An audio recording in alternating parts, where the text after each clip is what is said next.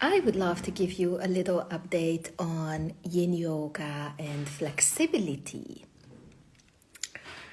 I'm teaching Yin Yoga teacher training since 2014, so 9 years. And I've been teaching it more than 100 times globally. I've been teaching a lot, of course, in Ibiza, where I live, and every month teaching Yin Yoga teacher trainings, developing it further to advanced modules, Chakra Yin, Advanced Yin Yoga teacher training, 200 hours Yin Yoga teacher training, myofascial Yin Yoga teacher training, and acupressure and Yin, right? So I'm someone who is very much into the attraction of Yin Yoga, the love for Yin Yoga. Yet, I found it very important that we discuss how to do Yin Yoga safely. Also because this is a relatively new style of yoga. People are practicing it not for hundreds and hundreds of years. People are practicing it mostly for maybe 10, 15 years. Maybe some people 20 years. And this is something, as with everything new, we need to consider what are the effects on long term to use Yin Yoga. Of course, we all know that after a Yin session, we feel, so much more relaxed. We feel like cooler, calmer in the brain. We feel also, hopefully, a bit more connected to ourselves. We are more able to listen to our bodies. We're more able to get to know ourselves and to feel our emotions, have time to really immerse ourselves into our thoughts and reflect on a few things. And of course, we can give a nice stretch to the body, right? In some places, we can give also a good compression to the body. So we can take care of tissues, we can take care of our mind, we can take care of our heart and emotions. And hopefully we can also, through Yin Yoga, connect more to who we truly are, right? Releasing everything that we are not, all those superficial layers, the human stories, to get more into that human, beyond the human story, the real presence. And so these are all the benefits of Yin Yoga, right? They help to, through the practice of Yin Yoga, we can help tissue rejuvenation, we can help to hydrate the fascia, we can help to loosen up the fascia, so that way the whole body is getting looser, softer, more open. Places where maybe we store some tension, or through bad postures like sitting the whole day in a certain way, right? Our fascia, our connective tissue can densify, and through Yin Yoga we're opening these spaces, so we may feel looser, better, nicer for breathing, nicer for all the fluctuations in the body. It's affecting the lymphatic system, it's affecting apparently through the latest research, it's also affecting anti-inflammatory processes in the body. So, and of course the nervous system, right? So it's taking us from the sympathetic nervous system into a more calmer parasympathetic system functionment. So lots of benefits, but we also need to see what can be maybe a risk of doing Yin Yoga, right? Or how to do it really in a safe and in an intelligent and skillful way and in a sustainable way, right? Because just think about it. I love to say this in my Yin Yoga teacher trainings. And sometimes my students, they're a bit shocked that I'm starting with this. Because sometimes they even mention to me, like, Kata, I thought you're just going to say, oh, Yin is the amazing thing, the best, the healing, the newest thing that's going to cure everyone and everyone should use it. Well, there is no such a thing on this planet that everyone should use and it's going to fix everyone, because we are all different. Yeah. So if, and this is important, that to get to know your body, to get to know your constitution, do you have a flexible body? Do you have a body where connective tissue is looser, is already quite open? Or do you have a more stiffer body, right? As Robert Schleip, one of the most active and most passionate fascia researcher that is on the planet, he's elaborating on this a lot, like categorizing people into two main categories. And of course, you can be somewhere in between the two. But are you more a temple dancer with your body? Or are you more Viking type? Stiff, solid, really steady and strong? Or are you more flexible, open, and potentially maybe more vulnerable, right? Because stability may not be your strength, while flexibility may be, right? And the Vikings, they might feel that, oh, I'm so stiff, but eventually they don't really have pain from lifting something, right? Because their body is so solid and there is so much resilience and so-called positive stiffness that there is no risk that something is just slipping out of its natural alignment because it's too mobile, right? So we need to see where we're coming from. And the person who is already really flexible, should they practice Yin Yoga each week, 3 or 4 times? I do remember one time that there was a wonderful, a very sweet student of mine from Canada. She came for the 200 hours Yin Yang.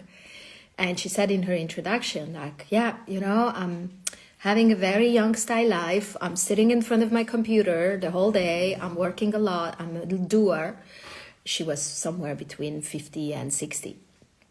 Very sweet lady. Yeah, my go-to thing that fixes me every day is my Yin Yoga practice. I go every morning to my studio. I do that 1.5 hour Yin, and that's my place. That's where I'm finding myself. That's where I calm down and everything. Now, what's the problem with this one? I totally understand that on the mental level, right? She is seeing herself as there's a lot of activity. We could say her mind is very young in that way, right? Physically, is she moving a lot while she's sitting in front of the computer? No, she's not. So her body, even though she thinks that she's very busy, her body is not, right? So she has a very young mind, yin body, not moving. And then eventually, doing each day 1 hour of deep fascia stretch on your body, will that be really good for you? Especially if you don't do any muscle movement next to it to compensate. No, right? At the end of the 200 hours teacher training, I managed to convert her and she said, okay, I'm going to be going for 1 time the yin and the other days I'm going to be doing a little bit of yin yang or yang because I agree I need more movement and less stretching. The yin poses that we are doing, again, use your brain. Let's say you love the dragonfly pose, right? It's one of my favorite. And I'm talking from my own experience as well, right? So I've been doing yin since, 14 years. And so I do see the benefits and I do see also the side effects of something that was not explained to me 10 years ago when I started. So I was just celebrating that I could actually be in this dragonfly for ages. And for my flexible body, it felt really nice because it was very restful. That's the trick, right? So when you practice Yin Yoga, there are so many layers to that practice. Mentally, it's calming, wonderful. I love that, right? Energetically, it's going to stimulate some flow of energy in your body.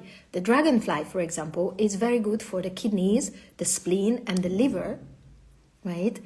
Very, very good for the water element, which personally I need. So it's cooling me, it's calming me, it's balancing my fire. So of course I loved it to be in there. 20 minutes.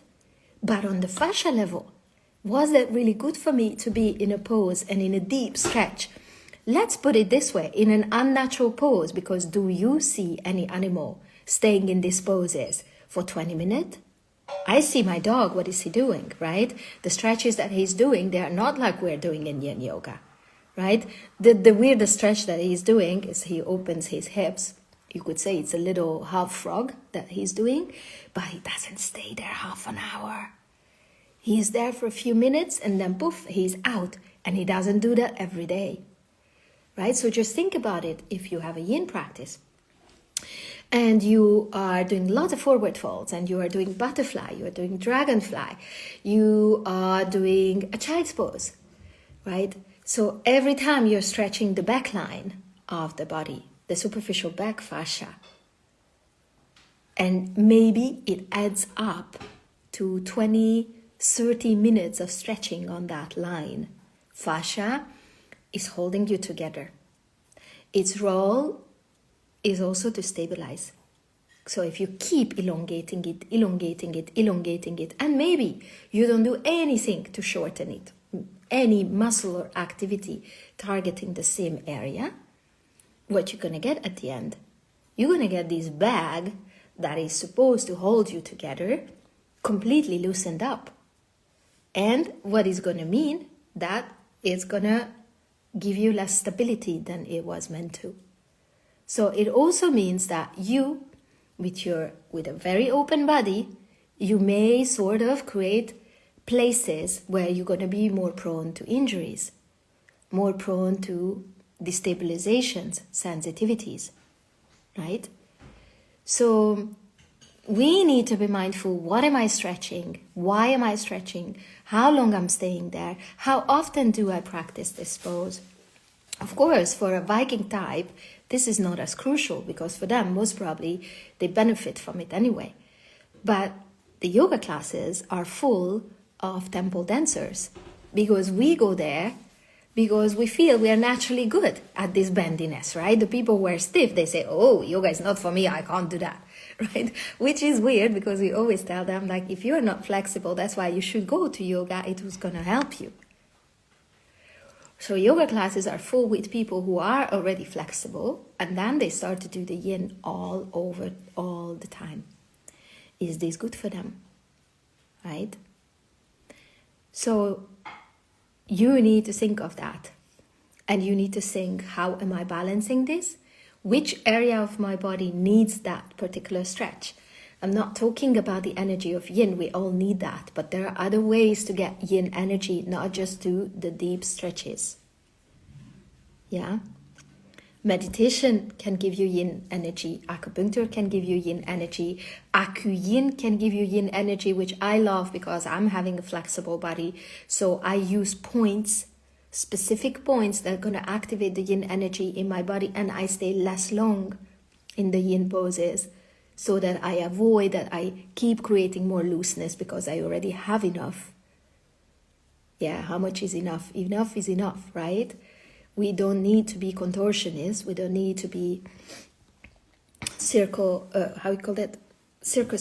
artists, right?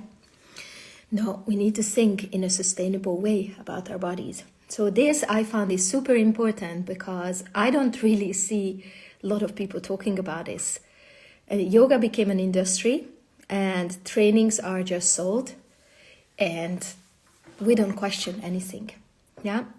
So when I see these posts that are all over, like, oh, if you don't feel anything here, you can still increase the stretch that way, I'm like, why should I increase that stretch? Is it going to be good for me on long term? How is my constitution? Right? So we need to be a bit more mindful, a bit more aware of the fascia, of our entire body, of our constitution, and again remind ourselves that what is good for one person may not be the right thing to do all the time for another one, or do it with moderation and be mindful of that. Yeah, we may have areas that are more stiff, and we may have areas that are already quite open. I have my back body that is quite open. Why? Because nobody ever told me this before until I found it out myself. So I stretched and stretched and stretched. And because I was good at stretching, the only thing that I got was compliments and encouragement to stretch even further. Was that good for me? Probably for my ego. But on long term for my body, not. So I'm very, very passionate to talk about this and to share this, because we need to think of sustainability and what supports us truly in our life and in our health And you definitely don't want to push your students into a direction where actually, eventually, they end up doing something that will harm them. They should come for a yoga class so they get out from it much better than they went in, right? So I talk a lot about this in my Yin Yoga teacher trainings. I found it super important that I'm not a believer in Yin Yoga. I'm not a hyper of Yin Yoga. And I love to, again, remind everybody, as it was said at the very beginning, that Yin Yoga is a complementary practice, complementary to other activities. And if there is no such a thing, then you shouldn't just practice that. Yeah, you should create something that you complement with Yin. So yes, in my myofascial Yin Yoga teacher training, that's why I'm so passionate to talk to you about this morning, because I'm now putting together the manual for this new module, where I'm putting all my fascia trainings and research into the training. And I want to teach Yin Yoga in such a way that is really rewarding for everybody and really bringing awareness onto what we are doing. And actually, yoga was taught in such a way in the East that there was no evidence or scientific proof on what it's actually doing, right? Until science developed itself. And now we have actually Western world meeting Eastern world. And we have the possibility to look from an analytical view as well. What is really happening in the body, in the tissues, when we are doing those yoga poses, besides that it feels good in the moment? Because we also need to think long term. What feels good in the moment might not be good on long term. Yeah, so I'm very passionate about this, like I told you before, and I want to keep this now short. Just wanted to give a little hint about this for all of you teaching Yin Yoga, and to remind all of you who are loving Yin Yoga that this discipline needs to be practiced also with discipline and with discernment and awareness, just like everything else in life. And if you want to learn more about this, I would suggest that you check out my 100 hours, my official Yin Aku Yin teacher training. It's coming up February 22, so very soon here in Ibiza, but there's going to be also one later in the year, somewhere towards December. Or that you just check out my Yin Yoga teacher training, where I also talk a little bit about this, but not as much in depth as in this myofascial module, this new module. So yes, people, really feel your body, listen to the body, and don't do crazy things. Do everything with moderation and with a little bit of common sense. Yeah. And have a wonderful Valentine's Day. Love your body. Big kiss from Ibiza.